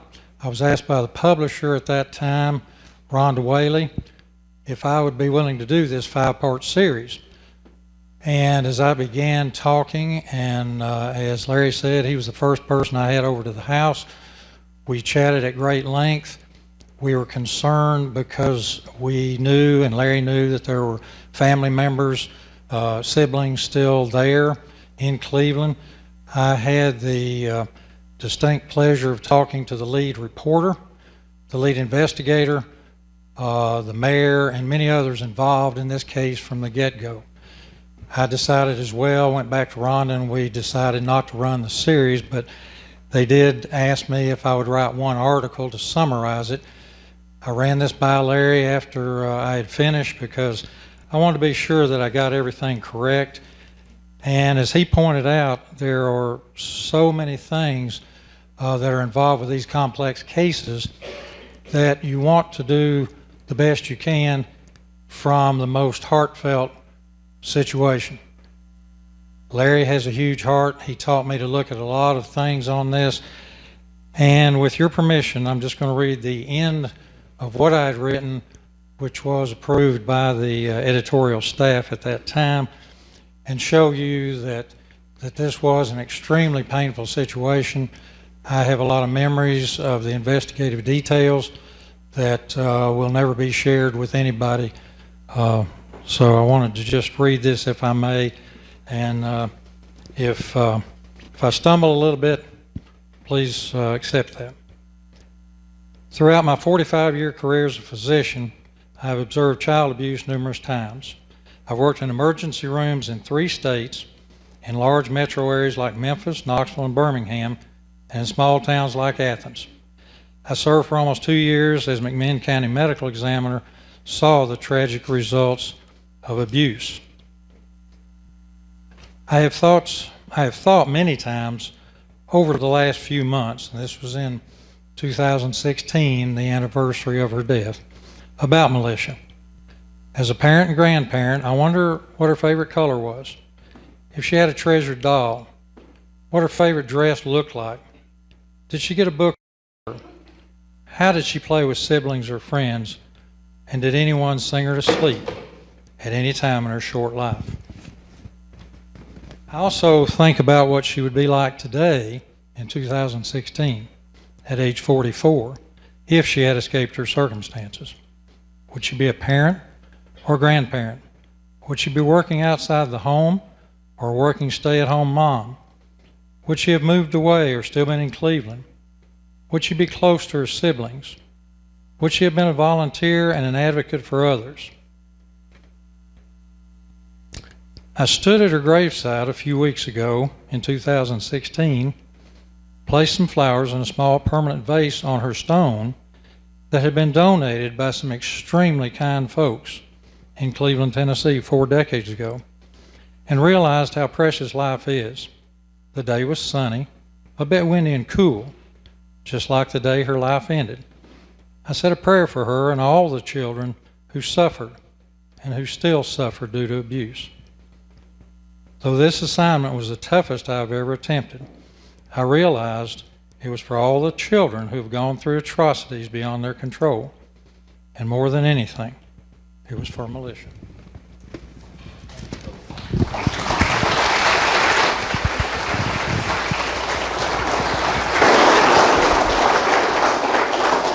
Ladies and gentlemen, I know you're worn out. I promise no more than about 15 minutes. And what we're going to do, is some of you may need to go home, take care of the children for school or whatever. We're going to take about a 10-minute break in just a very few minutes. And then those of you who would like to ask me some questions or burn me at stake can come back in. and we'll do whatever we need to do. So, we're going to have to shorten. Would you take somebody in that back there? We're going to, what's next, Ray? Okay. Joe Shepard. Let me tell you this. Hopefully you're going to see something here in just a minute. The first thing I remember on this case is picking up a newspaper. Somebody brought a newspaper in to me, and it had the most vivid headline picture I've ever seen in my life. Mr. Dan Hicks, the publisher of the Monroe County Advocate. You're going to show it there. In the left center screen, you're going to see a hand. That was a hand of a 16-year-old girl that was murdered by Joe Shepard, and her remains were buried in his mother's yard. I don't think you'll ever see a headline like that too often. And the next thing I knew, Judge Witt ordered him brought down to McMinn County, and we had him for several months. He was a mountain guy, and he could run. He was fleeing. They eventually transferred him down to Bradley County because they had appointed an attorney. They didn't have public defenders in those days, but an attorney was appointed, and they wanted him down there where the attorney could get to him. My friend Lamar Lawson, the sheriff of Bradley County, and I were buddies all his life. He got away down there, and he went to Canada, and he was there over a decade. And I'm going to let David, will you abbreviate it as much as you can? David Guy was my chief deputy. He's Joe's uncle. And by the way, Joe has been so kind to me about all this, and he is in training in Nashville for an entire week and can't be here. But I want to say this about David. David worked for me for many years. David's father, Winston, Started with the Etowah Police Department in 1956.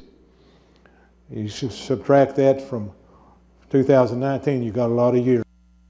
Winston, and now Joe, is probably the family with the most constant presence in law enforcement in this county's history. David, would you go over this very, very brief if you can, because we're running, I've talked too much again. Well, I was chief deputy when Joe escaped down in Bradley County, and he had been a prisoner with us and then transferred down there. I had taken that pretty personal and made a comment that someday I would hopefully be able to see that he's captured. So 10 years later, I'm trying to finish school and working full-time as an investigator here in McMinn County. Was doing research to write a thesis, picked up a National Sheriff's Association magazine, and Unsolved Mysteries were asking if there was any important cases in your area to give them a call, and they would very much listen to our plea for them to come and do a series on it. So I was working at the jail in my office that night, and decided that even though it be a late hour, I'm going to call California. So I called, and the phone was answered by Mr. John Muir, who is one of the people who produced Unsolved Mysteries. Well, 6 weeks later, Mr. Muir was here, and we went over the facts of the case, and he went back to California and decided that they were going to come and do the series. So they did, and part of that series was filmed here in this courtroom. Filmed in other places in McMinn County and Monroe County also, and over at the jail. During the filming of it, many people said, you know, you're wasting your time, this is just not going to fly, it won't work. So they filmed it, aired it, and 6 weeks later, in November of 1988, Mr. Shepard, who was living in London, Ontario, with the alias of Joseph Tripp, was captured. He was brought back and eventually convicted on both murders. One of them, he was convicted on second-degree murder. It was later overturned by the Supreme Court. The other first-degree murder case with the death penalty was commuted to a life sentence. Joe spent the rest of his life in the state penitentiary system, and in November of 2010, from natural causes, Joe Shepard passed away.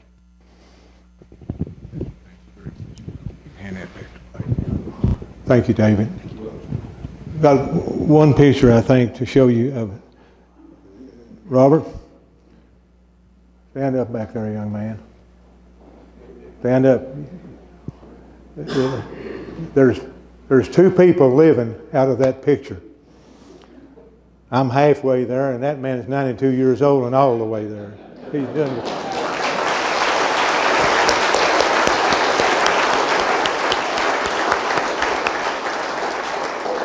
And not to be outdone, my lifelong friend, the legend, Burkett Witt.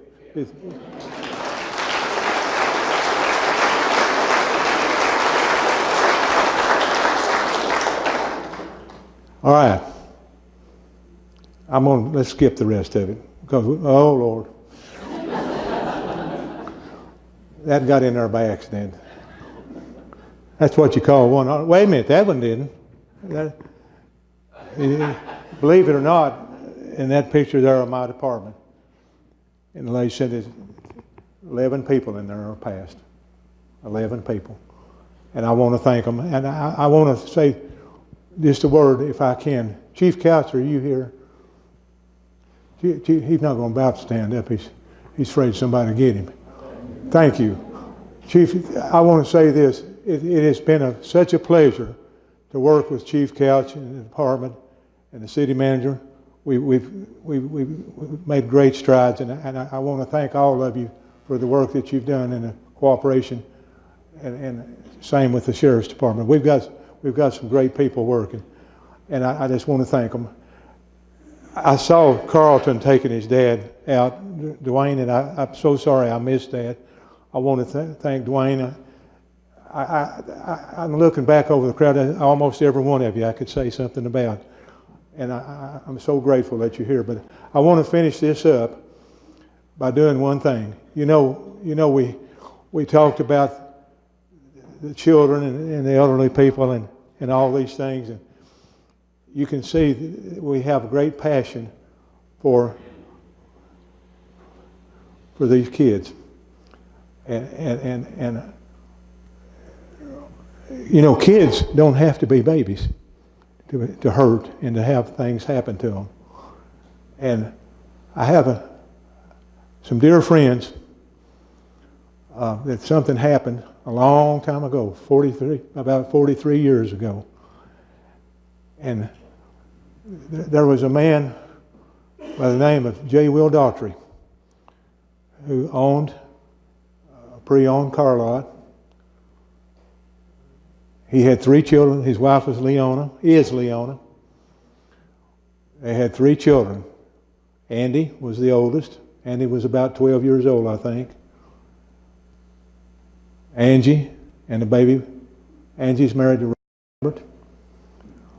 And the baby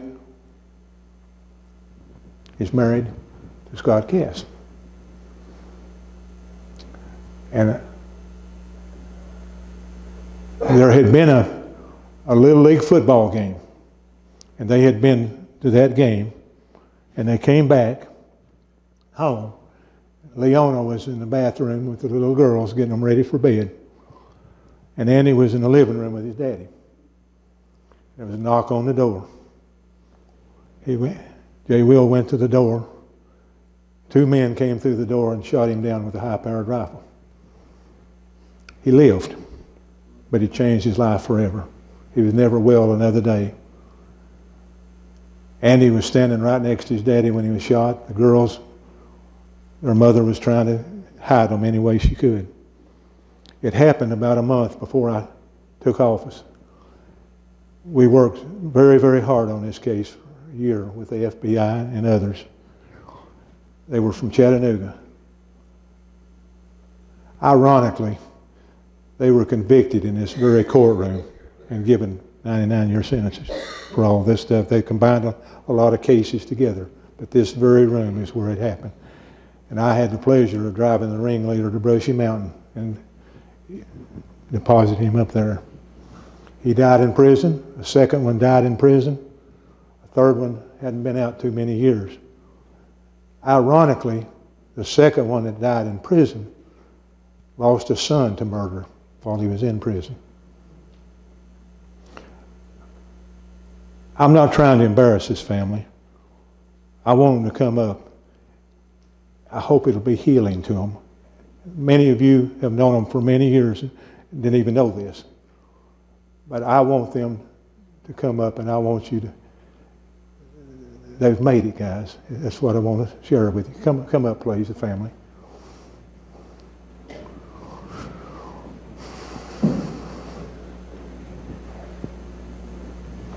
Amy, your mama.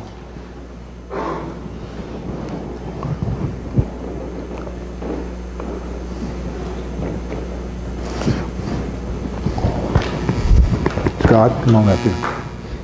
Yeah, the rest of you, come on.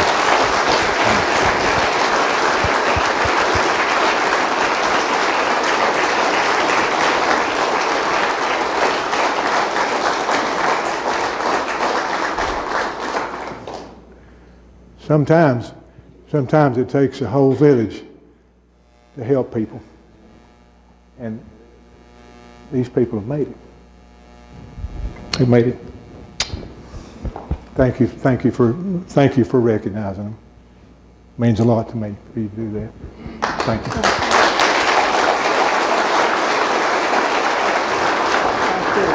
Love you, Larry.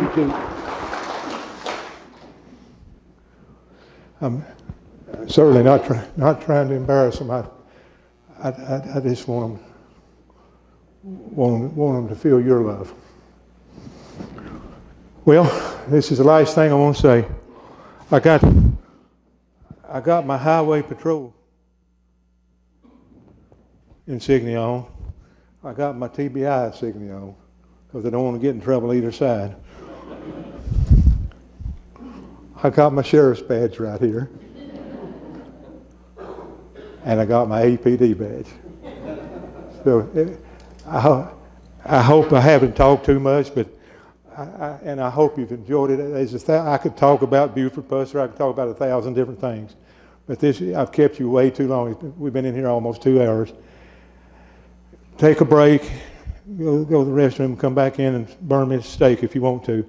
But I'm so honored. This is my home. I'm so glad I was able to come back home.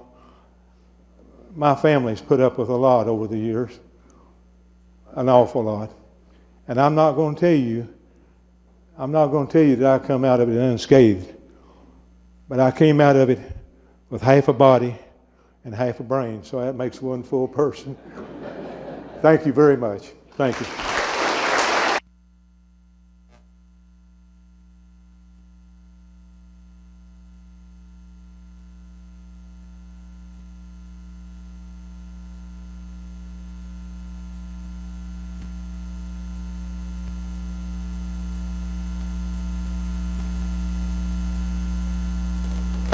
You're dismissed, and come on back if you want to.